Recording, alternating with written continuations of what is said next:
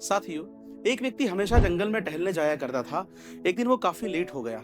शाम को अंधेरा होने लगा और अंधेरे में वो फिर जब जंगल से बाहर निकलने वाला था तो बहुत सारे जानवरों का एक झुंड आ गया और उसे मारने के लिए दौड़ा। जब वह इंसान उन जानवरों से बचने के लिए जंगल की तरफ भागा तो वहां एक चुड़ैल जो थी, बूढ़ी चुड़ैल, वो उसे गले लगाने के लिए तत्पर थी।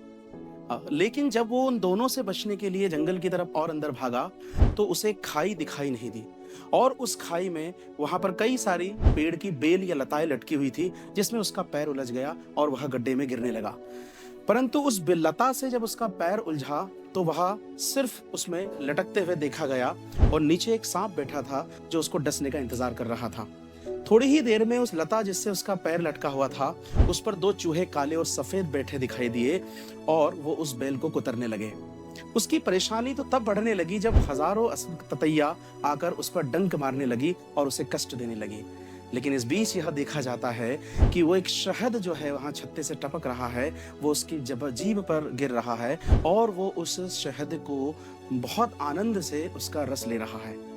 वास्तव में ये जो पूरी कथा है, ये हमारी जिंदगी का सार है कि हमारी जो जिंदगी है वो पूरी उस अंधकार भरे जंगल जैसी है जहां पल पल समस्याएं और कष्ट या दुख आपदाएं हमारा पीछा करती रहती है।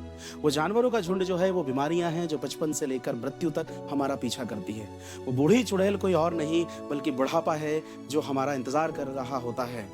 वो दो चूहे सफेद और काले जो हैं वो कुछ और नहीं, दिन और रात है, जो हमें संदेश देते हैं कि धीरे धीरे किस तरह हमारी जिंदगी कम होती जा रही है। और वो जो सांप बैठा नीचे डसने का इंतजार कर रहा है, वास्तव में वह मृत्यु का प्रतीक है जिसे कोई नहीं टाल सकता। लेकिन इस सब के बीच हम क्या कर रहे हैं? हम इस समाज जितनी भी अच्छी स्थिति है, इस सारी स्थिति से अनभिज्ञ होके वो जैसे शहद का स्वाद लेने में वो व्यक्ति बहुत व्यस्त रहा, वैसे ही हम इन इंद्रियों के सुख पाने में बड़ा व्यस्त हो जाते हैं और काम और इच्छा में ही जिंदगी में व्यस्त हो जाते हैं और असल जिंदगी, असल लक्ष्य से हमारा भटका हो जाता है, जिसमें आध्यात्मिक समाज के लोगों का भला करना है ना, और जितना भी अध्यात्म होता है, आत्मसंतुष्टि होती है, उन वास्तविक स्थितियों से हमारा पूरा ध्यान भटक जाता है और हम सिर्फ उस एक जो मोह माया है उसमें उलझ कर रह जाते हैं।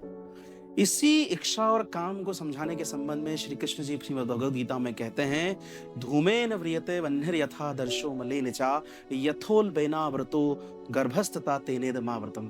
यानी जिस तरह जो धुआं है वो अग्नि को ढक लेता है, जो मैल है वो दर्पण को ढक लेता है, जो गर्भ है वो भ्रूण को ढक लेता है, ठीक उसी तरह यह काम, इच्छा, वासना हमारी विवेक, हमारी तर्क शक्ति को ढक लेती है।